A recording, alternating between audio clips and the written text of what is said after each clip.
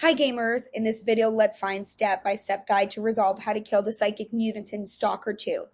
To effectively kill the psychic mutants in Stalker 2, particularly the controllers, follow these strategies. Here are the strategies for defeating controllers. First, avoiding damage. When a controller activates its powers, it will be surrounded by a blue aura which provides it with damage resistance. During this time, avoid attacking until the aura dissipates. Breaking line of sight. Controllers can unleash devastating side attacks if they maintain line of sight on you for too long. Listen for a high-pitched ringing sound which indicates they are about to attack. Use obstacles to break their line of sight, allowing you to evade their side burst using side pills. If available, take side pills before engaging.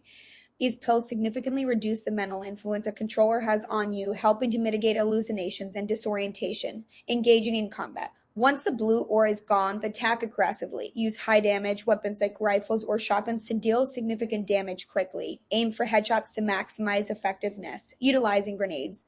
Grenades can be particularly effective when thrown during moments when the controller is vulnerable, i.e., when not shielded by its aura.